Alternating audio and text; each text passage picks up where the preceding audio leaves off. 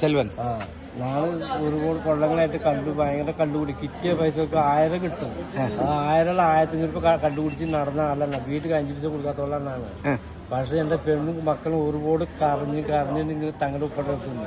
പക്ഷെ ഇപ്പൊ വന്നുള്ള ഒരു 2-3 കൊല്ലം കഴിഞ്ഞു ഈ പുതിയ പറസായി ചെയ്താൽ അങ്ങനത്തെ കടലേക്ക് ഇങ്ങനത്തെ ഒരു ചിന്തയില്ല. വഴിക്ക് തങ്ങളുപ്പ പറഞ്ഞ ഭയങ്കര ശ്വാസാ. ആര് പറഞ്ഞാലും ശരി ഞാൻ തങ്ങളുപ്പ അടുത്ത് തോന്നും ചെയ്യും. എന്റെ ബുദ്ധിമുട്ടൊന്നും പുള്ളിക്കാരിക്ക് മാറ്റി തരുന്നുണ്ട്. അപ്പൊക്കെ എന്താ മൂപ്പേരെ എന്നാലോ അത് എന്റെ ഭാര്യ. ആശുപത്രി പോയിട്ടുണ്ട്, കുറെ മരുന്നുകൾ മേടിച്ചു കൊടുത്തു. പിന്നെ വേറെ തങ്ങന്മാരുടെ അടുത്ത് പോയിരുന്നു, ഒന്നും ശരിയായിട്ടില്ല. തങ്ങൾപ്പാന്റെ അടുത്ത് വന്ന ശേഷം ഇതുവരെ ഇപ്പൊ തങ്ങളെ വിവാദങ്ങളൊക്കെ ഇങ്ങനെ ഫേസ്ബുക്കിലും യൂട്യൂബിലൊക്കെ വരുന്നുണ്ട്. അത് കാണലുണ്ടോ? ഓരോരുത്തരെ ഓരോ സ്ത്രീകളൊക്കെ വന്ന് തങ്ങളെ പറ്റി മോശം പറയുന്നത് കേൾക്കലുണ്ടോ? അവർക്കത് അനുഭവിച്ചോളൂ. പക്ഷെ ഞങ്ങളുടെ അറിവില്ല, ഞങ്ങളുടെ കുടുംബത്തില് ഞങ്ങളിപ്പോ ഹാപ്പിയാണ്. ഇവിടെ വന്ന ശേഷം ഞങ്ങൾക്ക് ഹൈറാണ്.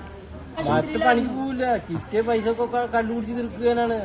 പണിക്ക് പോവില്ല, ഇങ്ങോട്ട് കട പിടിക്കും, കുടുംബജീവിതം അപ്പലെ സുഖമായിട്ട്. എന്റെ മക്കള് എന്ത് പാതിരിക്കും വന്നാൽ പണി കഴിഞ്ഞിട്ട് ആര് പോയാലും ഒരു ബുദ്ധിമുട്ടില്ല. എന്റെ പെൺകുട്ടിയാണ് ഒരു ബുദ്ധിമുട്ടില്ല. അതോടെയൊക്കെ ഏറ്റവും വലിയ ചിലപ്പോ സന്തോഷമല്ലേ. ഞാനെന്ത് പറഞ്ഞാലും നമ്മളെ വിശ്വസിക്കണമല്ല. അത് എന്ത് പറഞ്ഞാൽ വിശ്വസിക്കില്ല. കാരണം തങ്ങളൊപ്പം വിശ്വാസമാണ്. ആരോട് പറഞ്ഞോട്ടെ പായ്ക്കൊക്കെ പട്ടില്ല. ഇവിടെ തമിഴ്നാട് താമസം ചാവക്കാട്. എത്ര കൊല്ലായി ചാവക്കാട്?